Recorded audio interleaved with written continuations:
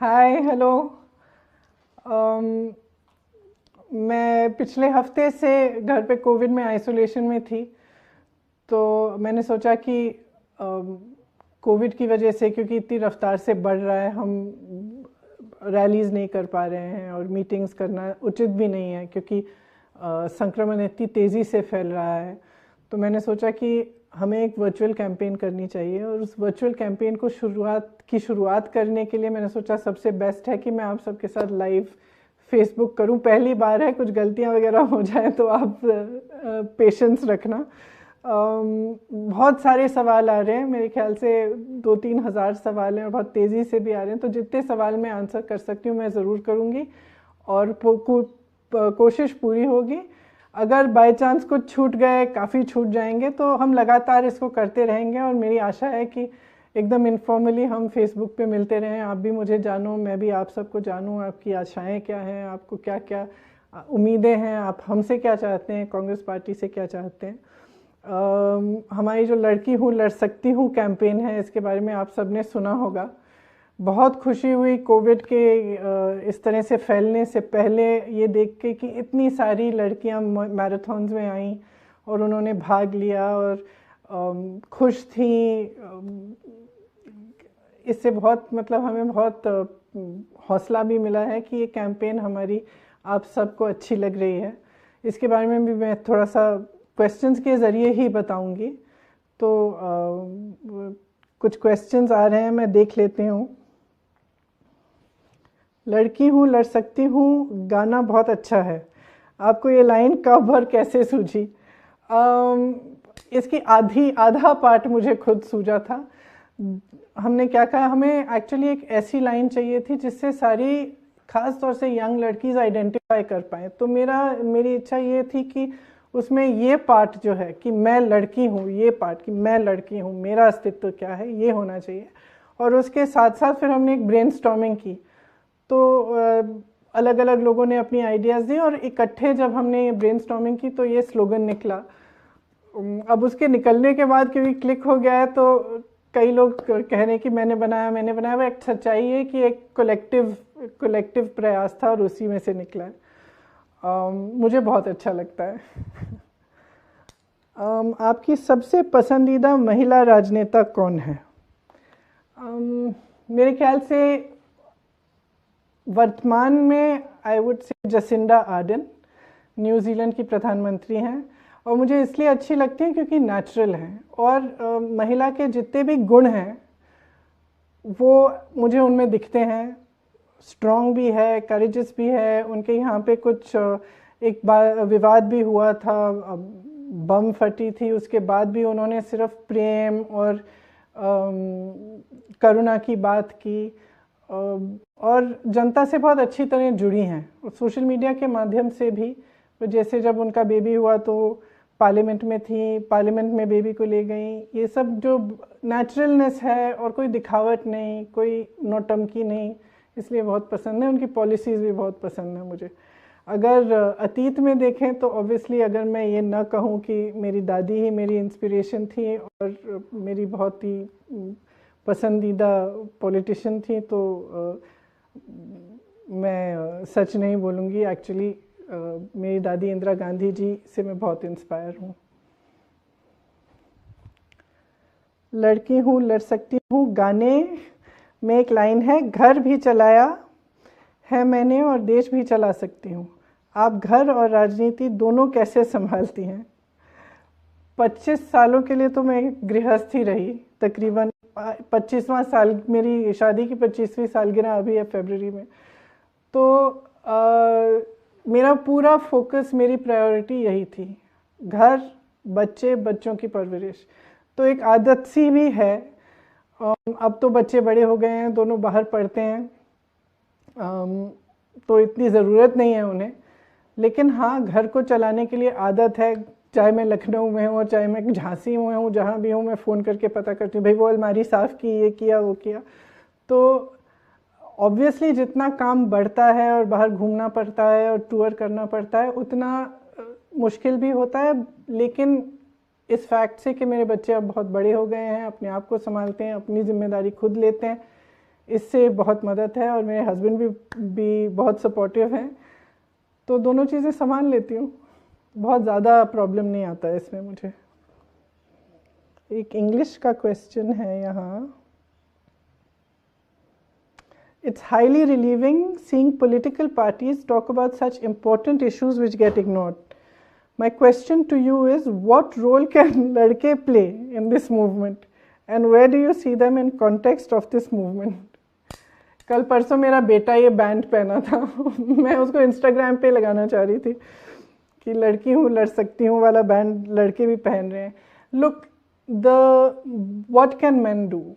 Men can change their view. They can look at women as equals. They can deeply understand the fact that a woman is no less than them. And the biggest really thing that I think that men need to know and understand is that the inequality that women face in society is wrong. Women have an equal right. We are 50% of the population. We are as strong, as brave, if not more.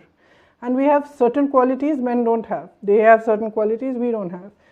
So this, it is really in changing the view that men, a lot of men I would say, have, and in supporting women and helping women to express themselves wholly, not trying to control the expression of women, not trying to control the independence of women, and not trying to look at a women's equality, a woman's standing as in any way less than theirs. I think that in itself would be a big thing.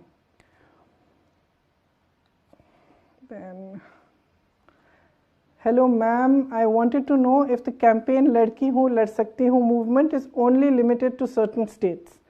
Also, is there a way for women from other states to be part of the movement?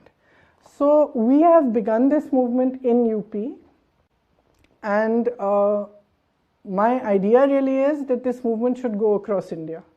I'm hoping that after the UP election, we are able to take this movement across India to all states. All young women need to be part of it. All young women need to know that their rights are being fought for, that their equal right is actually being brought into the discussion. I think the greatest thing that we can achieve in a short period, and I think to some extent we've already achieved with this movement, is that suddenly people are talking about women. Women cannot be ignored anymore.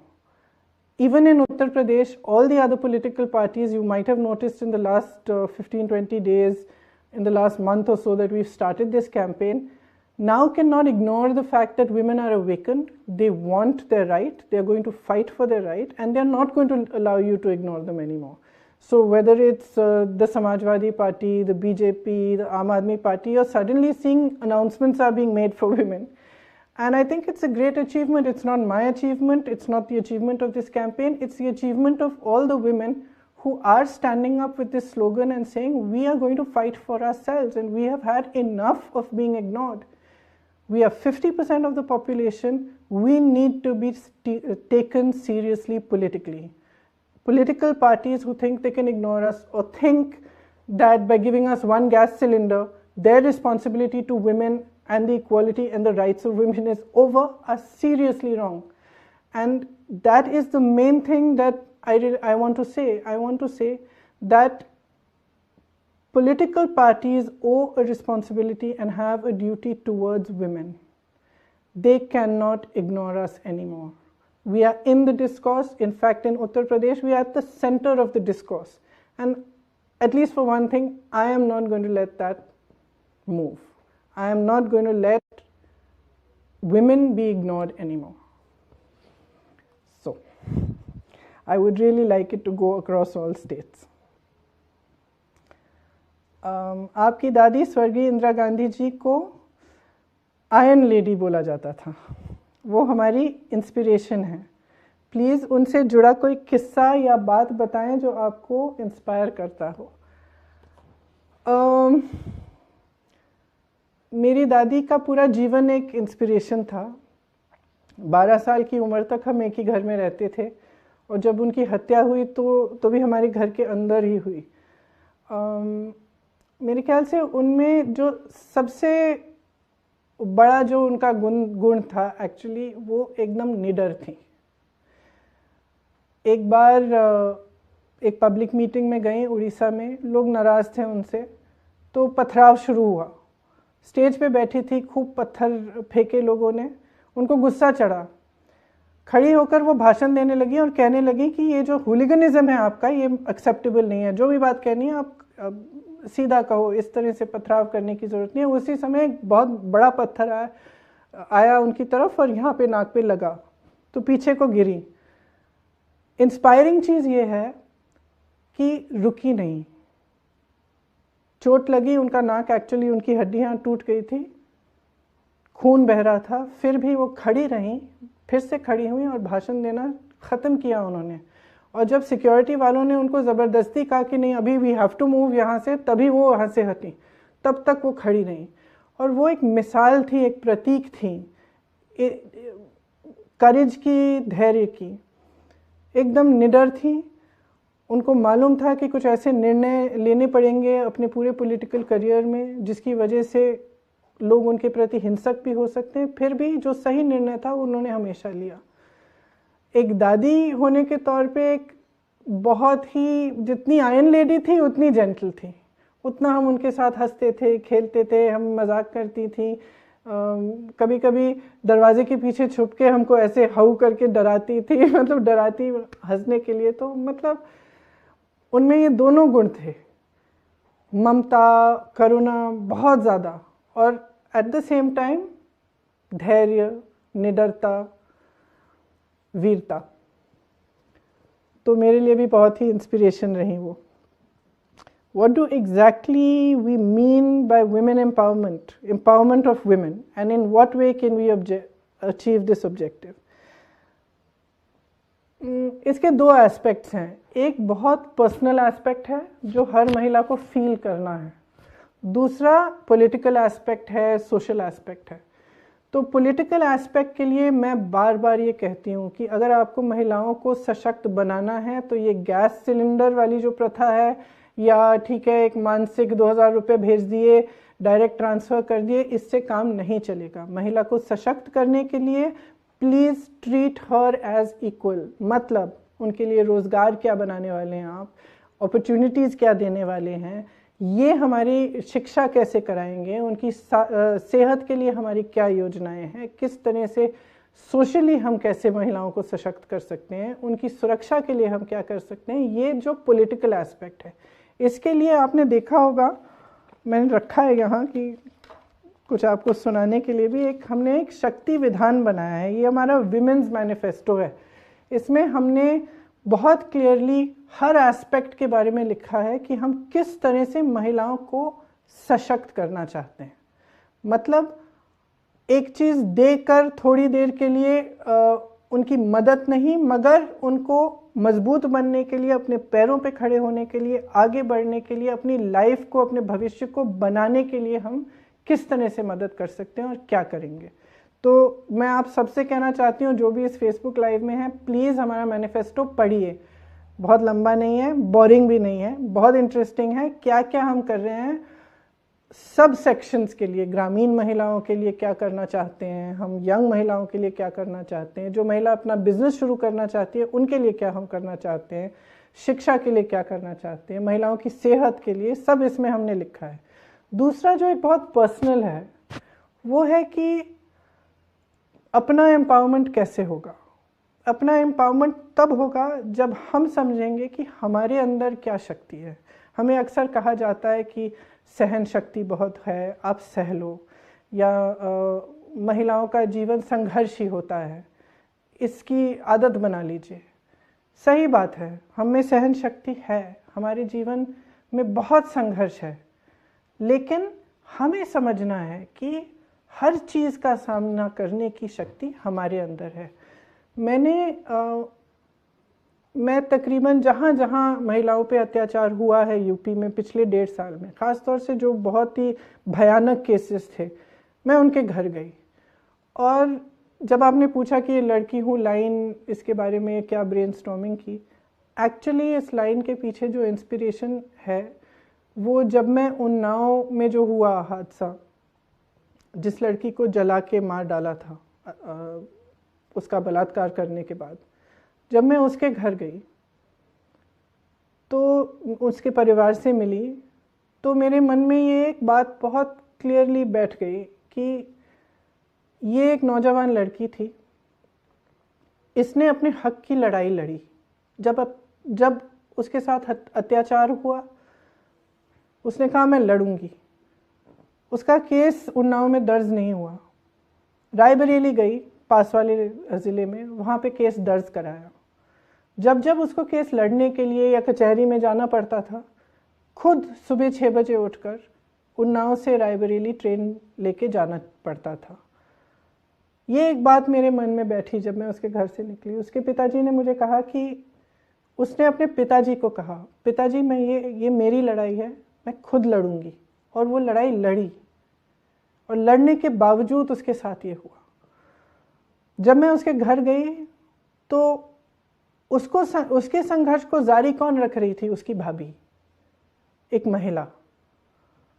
मैं दूसरी महिलाओं के घर गई जहाँ पे अत्याचार हुआ था, वहाँ भी महिलाएं लड़ रही हैं। उस लड़की की माता लड़ रही है, या उसकी बहन लड़ रही है, या उसकी भाभी लड़ रही है। सबसे वोकल कौन थी? महिला।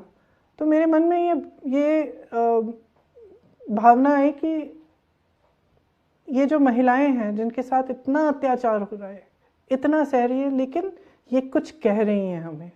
ये कह रही हैं कि हम अब सहना नहीं चाहते, हम अपने हकों के लिए लड़ेंगे। तो वो जो भावना है, उसी से इंस्पायर्ड एक्चुअली ये हमारा स्लोगन है।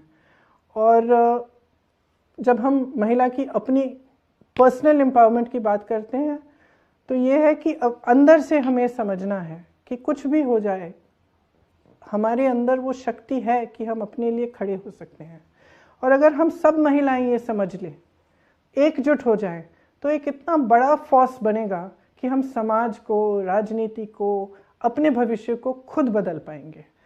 तो I think, sorry I answered in Hindi, I forgot कि आपने इंग्लिश में क्वेश्चन पूछा था। एक और इंग्लिश का क्वेश्चन दिख रहा है यहाँ। As of now, majority of the current leaders are male, even in Congress party. Wouldn't the 40% reservation of seats be too progressive an approach considering this status quo? Look, if you have to bring about change, you have to take a very strong step. I actually was in favor of 50%. And after discussion, I thought, okay, let's start with 40 and we'll go up to 50. We'll see how this goes. I don't think it's too progressive a step. I think it is the step whose time has come. It is time now for women to stand up, to understand we are 50%. Actually, 40% is not enough. 50 is the right percentage. So I feel very strongly about that. Okay, आप UP में बहुत सी पीड़ित लड़कियों के घर जाती हैं, परिवार का दुख बांटती हैं। एक महिला होकर आप इस तरह के अत्याचार के बारे में क्या सोचती हैं? आई थिंक ये क्वेश्चन मैंने अभी आंसर कर ही लिया। मैंने जो चीज़ें देखी हैं इन लड़कियों के परिवारों में जाकर, वो मैं रिपीट भी नहीं कर सकती कि कितनी पेनफुल, कितनी दुखद परिस्थितियों में उनके वो परिवार रहे हैं, और उनके साथ जो अत्याचार है, जिस तरह से किया गया है, जिस तरह से प्रशासन, पुलिस ने उनकी मदद नहीं की। अत्याचार हो रहा है, बलात्कार हुआ है, अपराधियों पर आप एक्शन नहीं ले रहे हैं, उल्टा आप महिला के परिवार पर और महिला पर आरोप लगा रहे हैं। और उस परिवार पर क्या नहीं बीता, उन परिवारों पर क्या नहीं बीता, मैं बता भी नहीं सकती। इस मेरे पर, मुझ पर, मेरी राजनीति पर भी एक बहुत बहुत गहरा प्रभाव पड़ा है इन एक्सपीरियंसेस से, इन अनुभवों से।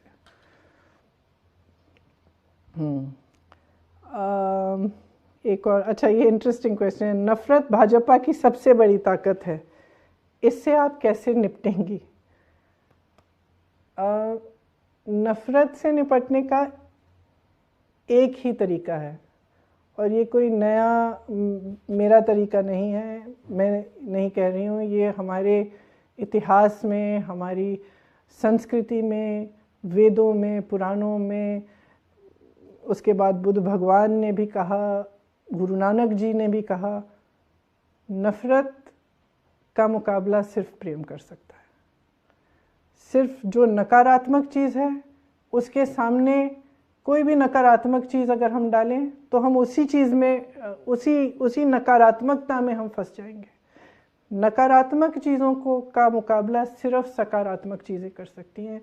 इसलिए जब हमने ये अपनी कैंपेन्स शुरू की, ये लड़की हूँ लड़ सकती हूँ, और आगे आप देखेंगे कि हमारी 1-2 और कैंपेन्स भी हैं, सिर्फ सकारात्मक कैंपेन्स हैं। हम नहीं चाहते कि हम किसी भी नकारात्मक बात में पड़ें। हमें परवाह ये है कि हम विकास कैसे लाएंगे, हमें परवाह ये है कि हम महिलाओं को सशक्त कैसे करेंगे, हमें परवाह ये है कि हम नौजवानों को रोज़गार कैसे दिलाएंगे, हमें परवाह ये है कि जो तमाम हज़ारों नौजवान हैं जो बार बार परीक्षाएं दे रहे हैं, बार बार किसी एंट्रेंस टेस्ट के लिए या रोज़गार के लिए वो जितने टेस्ट होते हैं वो दे रहे हैं, किसी घोटाले की वजह से फिर से देना पड़ रहा है, टेस्ट देने के बाद आपको कट ऑफ मार्क आपका बदला जा रहा है। इन चीज़ों के साथ हम कैसे डील करेंगे, इनको कैसे हम हटाएंगे, बाधाएं कैसे हटाएंगे, ताकि जितने भी मौके हैं, चाहे रोज़गार के मौके हैं, सशक्त होने के मौके हैं, नौजवानों को मिले, महिलाओं को मिले, और लोग जो विकास होना चाहिए वो असली विकास हो। ये विकास नहीं कि आप चुनाव आ रहा है तो आपने एयरपोर्ट का उद्घाटन कर लिया, पता चला कि एयरपोर्ट तो बना ही नहीं है, चाइना की एयरपोर्ट आप सोशल मीडिया पे दिखा रहे हैं, आपके विज्ञापनों पे सारा दिख रहा है कि विकास आया है विकास आया है, लेकिन ज़मीन पे कुछ नहीं है। ज़मीन पे लोग त्रस्त हैं, परेशान हैं, किसान हो, दलित हो, महिलाएं हो, नौजवान हो, सब त्रस्त हैं। तो जो राजनीति में जो हिंसा लाना चाहते हैं, जो नफरत लाना चाहते हैं, उनका एक मकसद होता है। मकसद ये है कि आप उनसे सवाल ना करें, आप उनसे जो एक्चुअल चीज़ें हैं कि भाई तुम मेरे लिए कर क्या रहे हो, ये आप पूछोगे नहीं। तो इनका फ़ायदा कुछ ऐसी पार्टियों का ही होता है। अंत में आप सोचिए, आप नेता हैं, आपको जनता ने अपना प्रतिनिधि बना दिया। अब आपको मालूम है कि 5 साल बाद जब चुनाव आएगा तो मैं धर्म की बात करूंगा, मैं जाति की बात करूंगा, नफरत की बातें करूंगा, तो वोट मिल जाएगा मुझे। तो आप काम क्यों करेंगे? काम क्यों करेंगे आप काम तभी करेंगे ना जब आपको मालूम है कि 5 साल बाद आपको उस काम पे जवाब देना पड़ेगा, जवाबदेह बनना पड़ेगा। तो मैं समझती हूँ कि जो ये राजनीति में ख़ास तौर से समाज में जो नकारात्मकता, हिंसा फैल रही है, इसका मुकाबला एक्चुअली सकारात्मक राजनीति, प्रेम, करुणा भाव, सबको एक साथ लेकर उन चीज़ों के बारे में हम बात करें जो एक्चुअली हमारे भविष्य को, हमारे जीवन को सुधारें, हमारे समाज को सुधारें, हमारा जो आपसी प्रेम है उसको बढ़ाएं। बड़ा लंबा लेक्चर दे दिया मैंने। अच्छा, अब आपने महिलाओं को चुनाव के टिकट में 40% आरक्षण दिया है, जो कि अच्छा कदम है, थैंक यू। लेकिन क्या राजनीति महिलाओं के लिए सेफ है? जो महिलाएं पॉलिटिक्स में आना चाहती हैं लेकिन डरती हैं, उनसे आप क्या कहेंगी? देखिए, आप देखेंगे कि जो लिस्ट हमारी आएगी महिलाओं की जो टिकट चाहती हैं, उसमें ऐसी महिलाएं हैं जिन्होंने बहुत संघर्ष किया है। मिसाल के तौर पर मैं बता देती हूँ कि एक महिला जिसने पंचायत का चुनाव लड़ा और भाजपा के कार्यकर्ताओं और नेताओं ने उससे लड़ाई की, उसकी साड़ी फाड़ दी, और हमारी पार्टी में नहीं थी, वो समाजवादी पार्टी में थी। मैं गई, उनसे मिली उस समय। वो चुनाव लड़ेंगी, उनको मौका मिल रहा है। क्यों? देखिए, क्योंकि, और मैं उनसे कह रही हूँ कि आपकी सुरक्षा हमारी जिम्मेदारी है, हमारी पार्टी, पूरी पार्टी आपके साथ है। आप खड़ी होंगी, आप खड़े होइए, आप लड़िए, हम आपके पीछे खड़े हैं, हम आपके लिए लड़ेंगे। तो मेरे ख्याल से ये हमें कदम उठाना पड़ेगा। हमें थोड़ा सा अपना मन बना के, अपना धैर्य बनाकर, अपने आप को आगे लाना पड़ेगा। और जब हम एकजुट होंगे, जब पूरी कांग्रेस पार्टी उस महिला के साथ खड़ी है, तो उसकी सुरक्षा ऑटोमेटिकली उसको मिलेगी, उस पार्टी की मजबूती से, हमारे समर्थन के साथ, और हम उसके लिए समर्पित हों, उसके साथ वो खड़ी हो पाएगी और उससे सुरक्षा मिलेगी। तो मैं ये कहना चाहती हूँ कि अगर आप महिला हैं, आप पॉलिटिक्स में आना चाहती हैं, आप डर रही हैं, घबरा रही हैं, मेरे पास आइए, मेरे से मिलिए, आपकी जो घबराहट है, आपकी जो फियर्स हैं, उसके बारे में हम बात करते हैं, उसको सुलझाते हैं और खड़े हो जाइए हमारे साथ। अच्छा, I have gone through few visuals in which it has been mentioned 40% reservation in Vidhan Sabha. So my question is this reservation limited to politics or in government jobs also women will get 40% reservation? देखिए हमारे घोषणा पत्र में जो शक्ति विधान हमने महिलाओं के लिए लिखा है, उसमें हमने बहुत क्लियरली बताया कि जो 40% हम टिकटों के लिए दे रहे हैं, उसी तरह से 40% सरकारी रोजगार में हम नौकरियों में हम देंगे, बशर्ते कि जो एग्जिस्टिंग रिजर्वेशंस की जो रूल्स हैं वो उनको हम नहीं तोड़ेंगे। मतलब जो ऑलरेडी रिजर्वेशंस हैं उसके अंदर हम 40% महिलाओं को रिजर्वेशन देंगे। तो फिर से मैंने हिंदी में इंग्लिश का क्वेश्चन आंसर कर दिया। उत्तर प्रदेश स्वास्थ्य सेवाओं में देश में सबसे निचले पायदान पर है। आपके पास क्या कार्य योजना है जिससे हमारी स्वास्थ्य सेवाएं बेहतर हो जाएं? ये शायद अभी 2:27 हो गए हैं, तो ये आखिरी क्वेश्चन मैं लूँगी। इसके बाद जो अगली बार मैं आपके बाकी क्वेश्चंस ले लूँगी। ये मैं एक्चुअली मैं पढ़ के बता देती हूँ अपने मैनिफेस्टो से, क्योंकि इसमें काफ़ी चीज़ें हमने रखी हैं सेहत के लिए।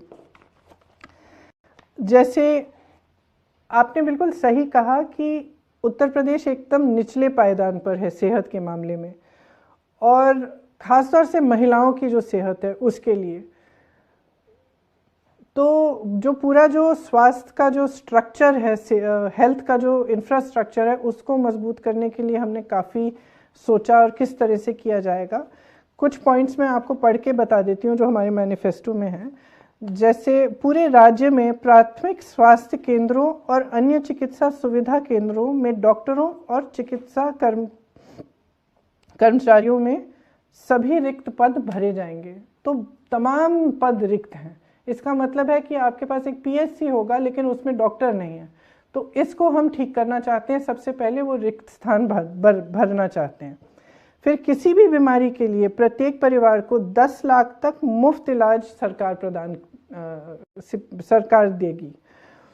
ग्रामीण और शहरी क्षेत्रों में नए स्वास्थ्य केंद्र खोलकर सामुदायिक और प्राथमिक स्वास्थ्य व्यवस्था को मजबूत किया जाएगा और इसे राष्ट्र औसत के करीब से लाया जाएगा। मतलब कि जो भी शहर और ग्रामीण के जो सुविधाएं हैं स्वास्थ्य के लिए, उनका पूरा इंफ्रास्ट्रक्चर हम मजबूत बनाना चाहते हैं। इसमें खास हमने सोचा है कि महिलाओं के लिए हर पीएचसी में एक अलग कमरा होगा जिसमें महिला डॉक्टर अवेलेबल होगी, और जो खास तौर से जो महिला का जो एक वेलनेस चेक, जैसे एनुअल वेलनेस चेक करे, जिसमें महिला जाकर अपना पूरा अपनी जो महिला के खास स्वास्थ्य की इश्यूज होती हैं उनके बारे में बात कर पाए और डॉक्टर से मिल पाए।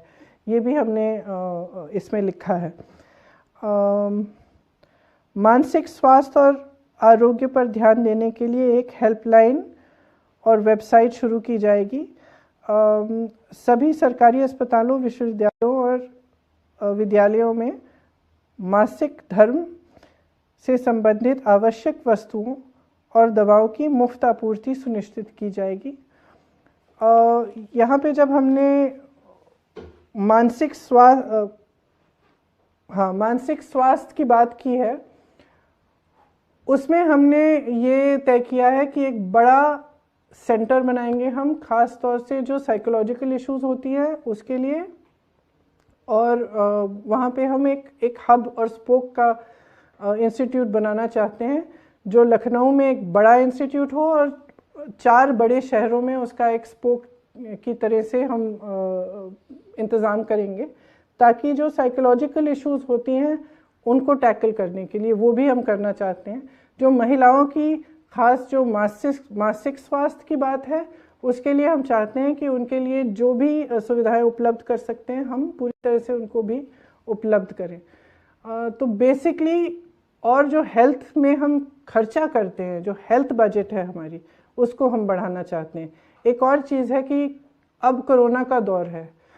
पिछले 2 सालों से हम देख रहे हैं कि कितना स्ट्रेस हमारा हेल्थ सेक्टर ले रहा है, कि नर्सेज डॉक्टर्स 24 घंटे काम करके भी उनको सरकार की तरफ से जो मिलना चाहिए, जो सपोर्ट मिलनी चाहिए, चाहे वो आर्थिक हो, चाहे वो मानसिक तौर पे हो, चाहे वर्किंग आवर्स में हो, वो नहीं मिल रही है। तो हम चाहते हैं कि इसको भी हम सुधारें। तो मेरे ख्याल से अब हमारा टाइम अप हो गया है, 2:30 बज गए हैं, लेकिन अच्छा लगा आप सबसे बात करने का, और आशा है कि फिर से हम मिलते रहेंगे और इनफॉर्मली बातचीत करते रहेंगे। आप अपने क्वेश्चंस भेजते रहिए, ख़ास तौर से मेरी बहनें, मैं चाहती हूँ कि आपसे संपर्क हमारा जारी रहे और एक दूसरे को हम अच्छी तरह से जानें और पहचानें। धन्यवाद, थैंक यू। हमारे चैनल को सब्सक्राइब करें और वीडियो सबसे पहले अपने मोबाइल पर पाने के लिए बेल आइकन को दबाएं।